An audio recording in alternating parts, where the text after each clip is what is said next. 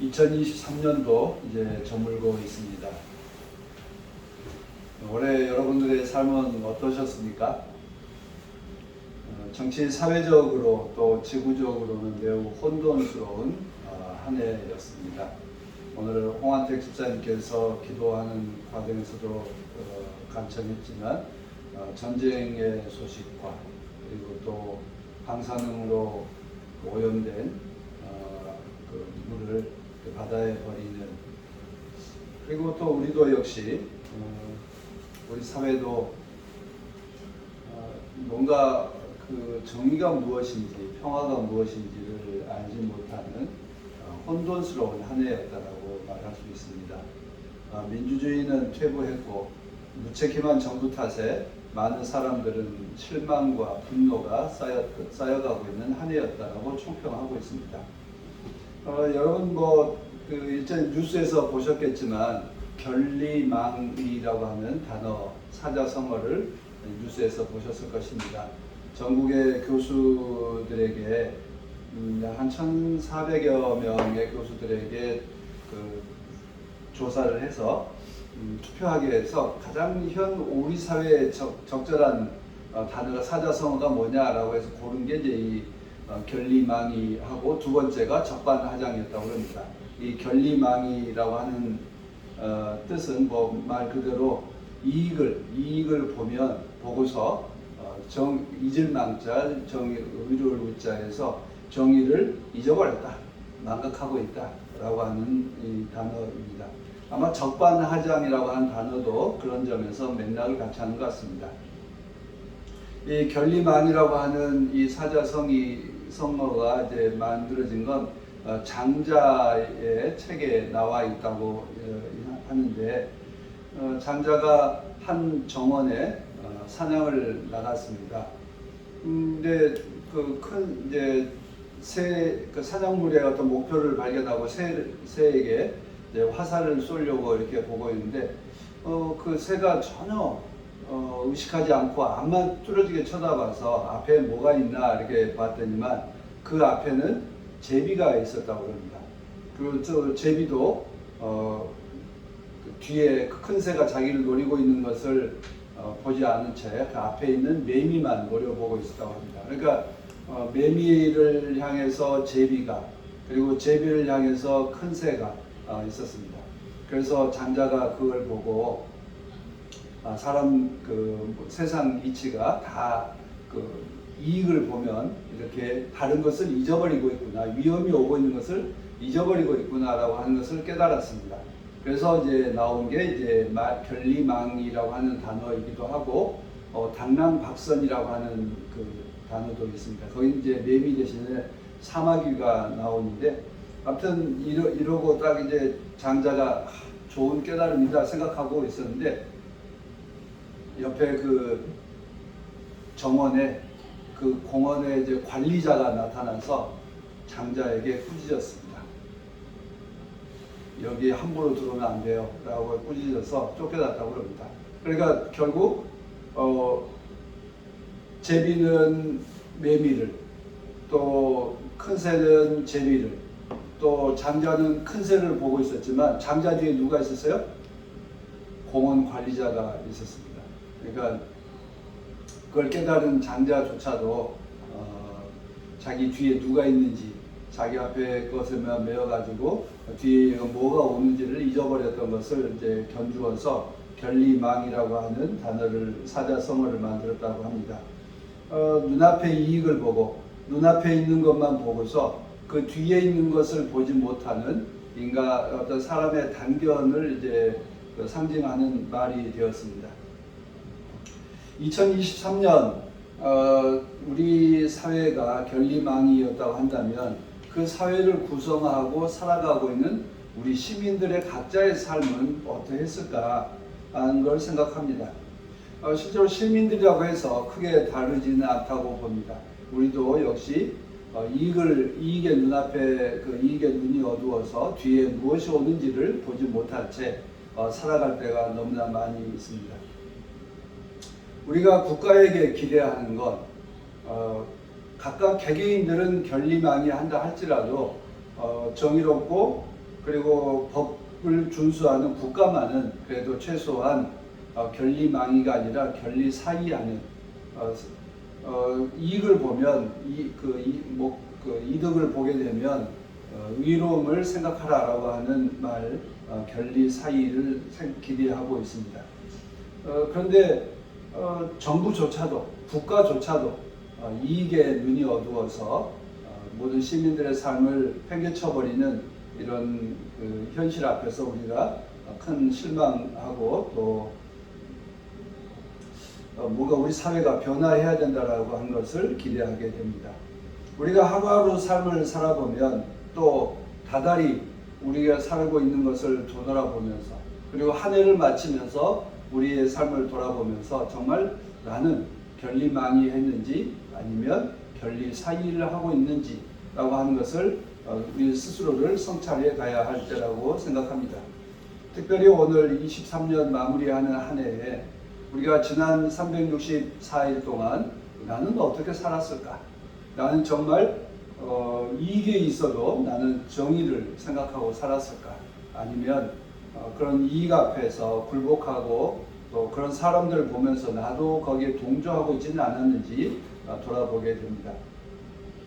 우리가 작은 것 하나에서도 우리가 지향하고 있는 것들이 무엇인지를 드러나게 됩니다. 그런데 우리는 늘 작은 것 속에서 큰 것을 그 작은 것 뒤에 그 너머에 있는 것을 바라보지 못한 채 눈에 보이는 것만을 집착하며 또 눈에 보이는 것만이 모든 것인 것처럼 생각하며 살아갑니다. 그 너머에 무엇이 있는지 우리가 오늘 본문 통해서 한번 생각해 볼 수 있는 좋은 말씀이라고 생각합니다. 오늘 본문은 창세기 본문은 이삭이 태어났을 때 그 가정에 얼마나 큰 기쁨이 있었는지를 우리들에게 보여줍니다.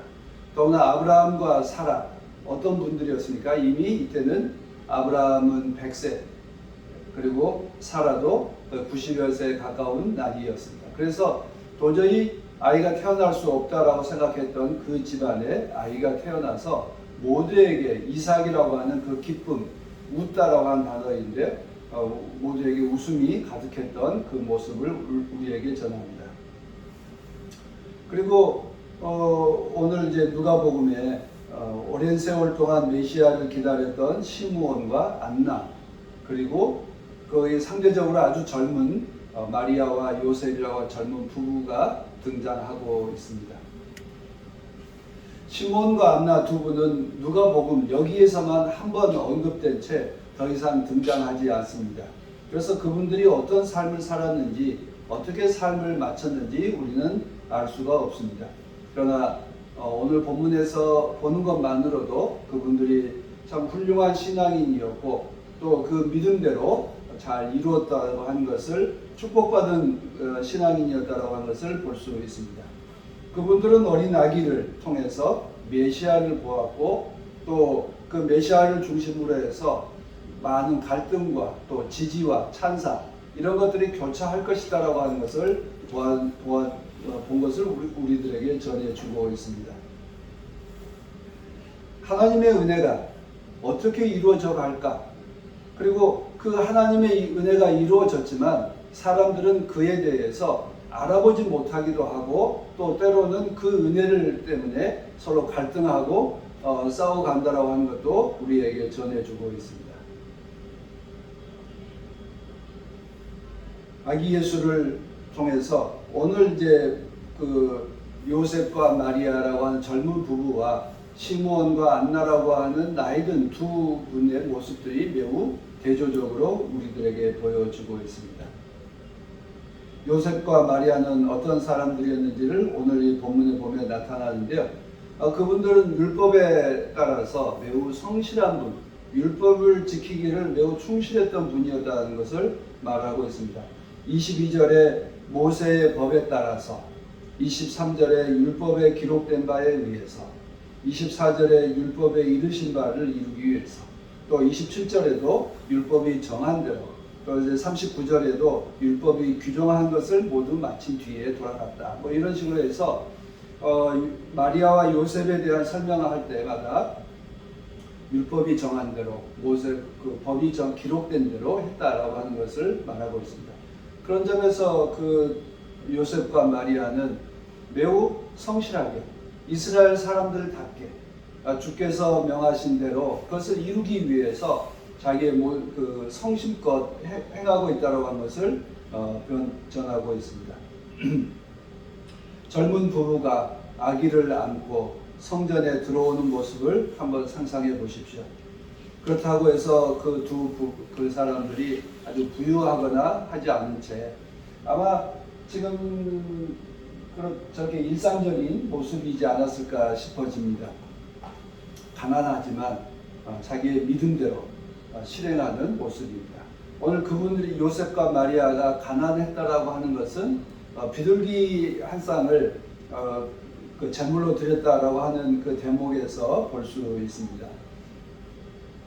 율법에 정하기를 아기 장자가 태어나면 그리고 또 그 산모는 정결 예식을 위해서 양을 드리기로 되어 있습니다. 그런데 양을 드릴 수 없으면 산비둘기 한 쌍을 또 그것도 안 되면 집비둘기를 이제 드려라 이렇게 되어 있어서 그래서 이제 비둘기나 산비둘기 이렇게 드리는 걸 보면 매우 가난한 사람들의 그 제물입니다. 그래서 예수님의 그 부모 되신 두 분은 그 율법에 정한 데 따라서 이렇게 제물을 가지고 성전에 올라왔습니다. 그런 점에서 그 두 분은 매우 가난한 가운데서도 주님의 율법을 지키기를 매우 성실하게 했던 분이다라고 말할 수 있습니다. 그리고 우리도 이제 아마 이제 그 아기와 관련된 일, 또 나와 관련된 일이라고 하면 매우 집중해서 듣게 되는데요. 성전에 아기를 안고 이제 들어오면 주변에서 어떻게 했을 것 같아요? 아, 이쁘다. 너무 사랑스럽다. 정말 축복한다라고 하는 아마 찬사와 그리고 축복의 말을 수없이 들었을 것입니다. 우리도 만약 어떤 이제 한 부부가 아기를 이제 안고 들어오면 처음 오거나 이러면 어떻게 반응하겠어요? 우리도 그 아이를 들여다보고 기뻐하고 또 축하하는 것을 것입니다. 아마 마리아와 요셉도 역시 아기를 안고 성전에 들어올 때 비슷했을 것입니다. 그 중에서 만난 두 분이 바로 시므온과 안나라고 하는 분입니다. 모두가 행복하고 즐거워하고 축복했을 때 그 두 분의 축복의 이야기가 아마 마리아에게 가장 기억에 강하게 남았던 것 같습니다. 그래서 그 이야기를 후대의 신앙인들에게 아마 이렇게 들려주었던 것 같습니다. 그래서 시므온과 안나의 이야기를 우리가 기록해서 듣게 되었습니다. 우리도 일터나 주변에서 또 가족들 사이에서 어린아이를 만나면 어떻게 하죠? 되게 예뻐하고 또 그리고 특히 우리 어렸을 때는 이 녀석 아주 장군감이다 어쩐다 이렇게 해서 칭찬을 많이 했는데요. 아마 우리도 그렇게 칭찬을 하게 됩니다.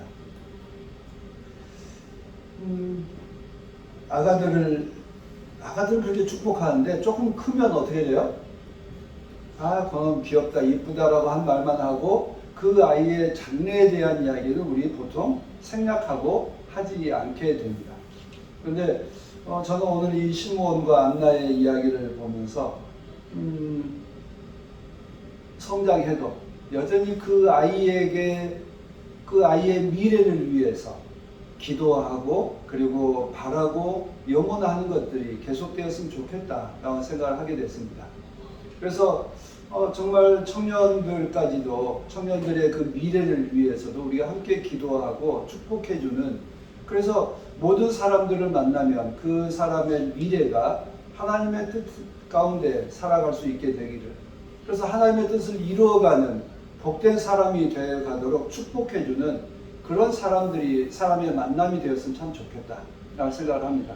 그래서 시므온과 안나처럼 그 아기 예수를 보고서 어떤 보았습니까? 이스라엘 자기 민족의 미래를 보았고 또 그 아기가 주님의 뜻을 이루어가는 그런 복된 삶을 살아가게 되기를 바라보고 그것을 위해서 축복 기도하고 있습니다. 그리고 하나님께 감사의 기도를 드립니다. 우리도 그렇게 어떤 사람을 만나든지 간에 그 사람의 장차 이루어지기를, 그 사람의 그 삶 가운데서 하나님의 뜻이 이루어지기를, 그리고 하나님의 뜻을 이루어가는 사람이 모습을 꿈꾸어 보면서 그것을 축복해주는 그런 시므온과 안나처럼 살아가는 우리 모습을 상상해 보았습니다. 그리고 그 아이가 자라서 정말 모세의 법에 따라 율법에 정한 대로 하나님의 뜻에 따라 살아가는 그런 복된 삶을 살아갈 수 있게 되기를 간절히 소망합니다. 네, 요셉과 마리아가 시므온을 통해서 주었던 그 말을 이제 기억했는데요. 시므온이라고 한 뜻은 쇠마온, 그래서 하나님 주님의 말씀을 듣다, 주께서 들으셨다라고 하는 뜻이라고 합니다. 그래서 이분은 성령에 임하셔서 성령이 함께 하셔서 성령께서 계속 성령을 강조하고 있는 분인데, 그래서 성령을 통해서 하나님의 음성을 듣고 하나님의 나라를 바라보았다라고 하는 것을 우리들에게 이제 보여주고 있는데, 아기 예수를 안고 감격해서 찬송합니다. 그가 안고 있는 아기 예수, 그 40일 된 아기에게 어떤 모습이 있었겠습니까? 그저 이쁘고 사랑스러웠을 텐데, 시므온은 이 아기를 통해서 아기의 미래가 하나님의 뜻을 이루어져가는 그런 삶이 되기를 바라보았고, 또 그걸 깨닫고 확신했습니다. 그리고 마침내 나는 구원을 보았습니다, 하나님의 말씀대로 이루어진 것을 보았다라고 자신 있게 말하고 이제 평안히 떠날 수 있게 된 것에 대한 감사의 고백으로 이어지고 있습니다. 여선지자 안나 역시 평생의 꿈을 이룬 사람입니다. 그가 84살이었는데요. 보통 당시 이스라엘 여성들이 14세에서 18세 사이에 보통 혼인을 했다고 하니까, 이제 이 여성이 7회 남편이랑 살고 했다 그러면 4, 5세쯤에 이제 혼자 되었던 것 같습니다. 결국 84살까지 근 60여 년을 홀로 살면서 주님 성전에서 계속 기도하신 분이었다라고 하는 것을 추산해 볼 수 있습니다. 아마 이 이야기를 우리들에게 한 것은 정말 시므온과 같이 나이 드신 노인과 그리고 안나와 같은 분들이 오랫동안 메시아를 기다렸고 하나님의 역사가 이루어지기를 꿈꾸면서 기다려온 분이라고 하는 것을 우리들에게 보여줍니다. 84살이 되어서도 하나님의 나라에 대한 그 소망을 품고 살아가는 소망의 사람, 희망의 사람이었다는 것을 우리에게 말하고 있습니다. 그런데 이제 대조적으로 시므온이 말을 했을 때 마리아가 어떻게 반응해요? 이상하게 여겼다라고 되어 있습니다. 왜 그랬을까요? 시므온과 안나는 그 어린 아기 예수를 통해서 하나님의 구원 역사를 보았지만, 마리아는 그 말을 듣고 이상하게 여겼다. 내 아기이지만 여전히 그 아기에 대한 미래와 그것에 대해서 아직 아기에 대한 그 천사가 들려주었어도 그거에 대한 그 큰 미래에 대해서 확신하지 못하고 있었기 때문이 아닐까라는 생각을 합니다. 그런 점에서 믿음이란 뭘까? 시므온과 안나처럼 오랫동안 기다리고 기다리는 것이다라고 생각을 하게 됐습니다. 여러분 혹시 길거리에서 약속하신 적이 있으세요? 친구들이랑 만날 때 어디 보신각 그 종각 앞에서 만나자, 어디 교보문고 어디 앞에서 만나자라고 했는데 찻집에서 만나면 그래도 기다리기 쉬운데 거리에서 약속을 해놓으면 기다리는 거 되게 힘들잖아요. 근데 그 친구가 이제 늦어지면 지금이야 핸드폰이 있어서 금방 어쩐다 연락을 해서 변화가 가능하지만, 예전 같으면 연락이 안 되니까 그냥 마냥 기다릴 수밖에 없습니다. 거기에서 이제 문제가 되죠. 이 친구는 안 올 거야 라고 생각하면 칼같이 돌아서야 되는 거고요. 이 친구는 올 거야 라고 생각한다면 그냥 기다리는 거죠. 시므온과 안나에게서 그런 것 같습니다. 하나님에 대해서 믿었기에 60평생, 80평생 동안 길게 기다렸고 기다렸습니다. 반면에 요셉과 마리아는 아직 젊은 신혼부부인 탓에 그에 대한 그 기다림에 대한 그 뭐랄까요, 그 맛을 아직 잘 알지 못한 탓이었을까? 아니면 아기 예수에 대한 그 미래에 대해서 아직 그 눈이 뜨이지 않았을까 해서 이상하게 여겼다라고 하는 것 같습니다. 그래서 저는 오늘 본문을 보면서 정말 우리가 믿음의 삶이란 뭘까? 하나님의 말씀대로 이루어질 것을 나는 믿습니다 라고 한다면 참고 견디는 것이고 기다리는 것이다 라고 하는 것을 생각하게 됩니다. 시므온과 안나 두 분은 아기 예수를 만난 것은 개인적인 기쁨이기도 했겠지만 그것이 전 그 이스라엘 모두에게 큰 기쁨이었고 소망이었다라고 하는 것입니다. 그리고 메시아를 알아본 그의 그 확신과 찬가가 후대 신앙인들에게도 큰 귀감이 되어 있습니다. 시므온의 찬가, 아까 우리 이정민 전도사님께서 보여주셨지만 뭔가 믿음에 대한 그 확신이고, 그리고 그것에 대한 기쁨이고 감사고, 그리고 자신의 삶에 이루어진 것에 대한 그 뿌듯함이 담겨 있는 노래입니다. 시므온의 노래는 그런 점에서 아주 나이 드신 이제 인생으로 보면 미래가 없지만, 그러나 그 노래 안에는 희망이 있고, 그리고 그 후대 신앙인들에게 힘을 주는 그런 아름다운 노래입니다. 메시아를 볼 수 있었다, 메시아를 발견했다라고 하는 보았던 그 기쁨이 담겨 있습니다. 아마 내 눈이 주님의 구원을 보았습니다. 주님의 구원이, 주님의 약속이 실현된 것에 대한 감사하는 시므온의 찬양이 늘 우리들의 하루를 마치는 기도가 되어 있으면 참 좋겠다 생각합니다. 우리는 성탄절을 지내면서 구원의 기쁨이, 그리고 우리 사회 한 해를 마치면서 뿌듯함이 남는 것보다 참 허탄함, 그리고 허전함이 우리들 감싸고 있습니다. 또 매우 안타까운 현실입니다. 결리망이가 우리 그 사회를 상징하는 그 사자성어다라고 할 만큼 우리 모두가 우리 사회에 대해서 실망하고 있는 것 같습니다. 그러나 한 해를 마무리하면서 시므온의 찬가를 듣는 것에 대해서 매우 다행이라고 생각합니다. 결리망이가 아니라 지금 있는 이 작은 것, 아기 예수를 통해서 커다란 미래를 지금은 보이지 않지만 밝아져오는 하나님의 나라에 대해서 바라볼 수 있는 그 시므온의 그 찬가가 우리의 찬가가 될 수 있기를 바랍니다.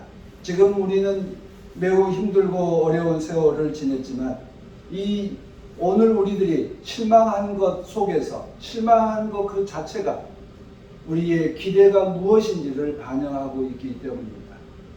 우리는 결리망이한 것에 실망하지만 역으로 이야기하면 우리는 이익을 보거든 하나님의 나라를, 하나님의 어떤 진실을, 정의를 생각하고자 하는 우리들의 열망이 담겨 있기 때문에 결리망이라고 한 단어를 이번에 사자성어로 선택했다고 생각합니다.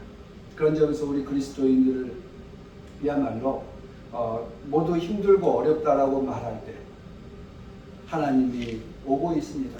하나님 나라가 저기 있습니다. 참고 견디며 그 나라를 향해 함께 나아가자라고 노래할 수 있게 되기를 간절히 소망합니다.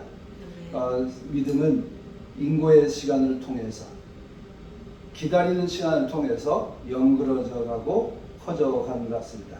모두 포기할 만큼 긴 세월을 보냈지만 그 안에서 새로운 기쁨과 희망을 발견했습니다. 그동안 많은 사람들은 기독교인들에 대해서 실망한다 어쩐다 말을 하지만 우리를 보아라, 수가 많든 적든 나를 보아라, 내 안에 하나님 나라가 있고 우리 안에 하나님 나라가 이루어져 가고 있다. 올해는 비록 성과가 없었어도 성과가 있기를 기대하는 사람이 있으니 내년에는 더 좋은 일이 있을 것이다. 하나님께서 함께 하시고 축복해 주시라고 믿습니다. 우리 한림교회 교우들의 삶 위에 하나님께서 함께 해주셔서 새해에는 우리 삶이 주님 보시기에 아름답고 복된 한 해가 될 것이라고 믿습니다. 그래서 나를 보면 하나님 나라가 보인다. 아기 예수를 통해서 하나님 그 나라를 보았던 신무원처럼 나를 통하고 내 옆에 있는 믿음의 자매 형제를 보면 하나님 나라가 보일 수 있는 그런 복된 우리 모든 관계가 되기를 축복합니다. 함께 기도합시다.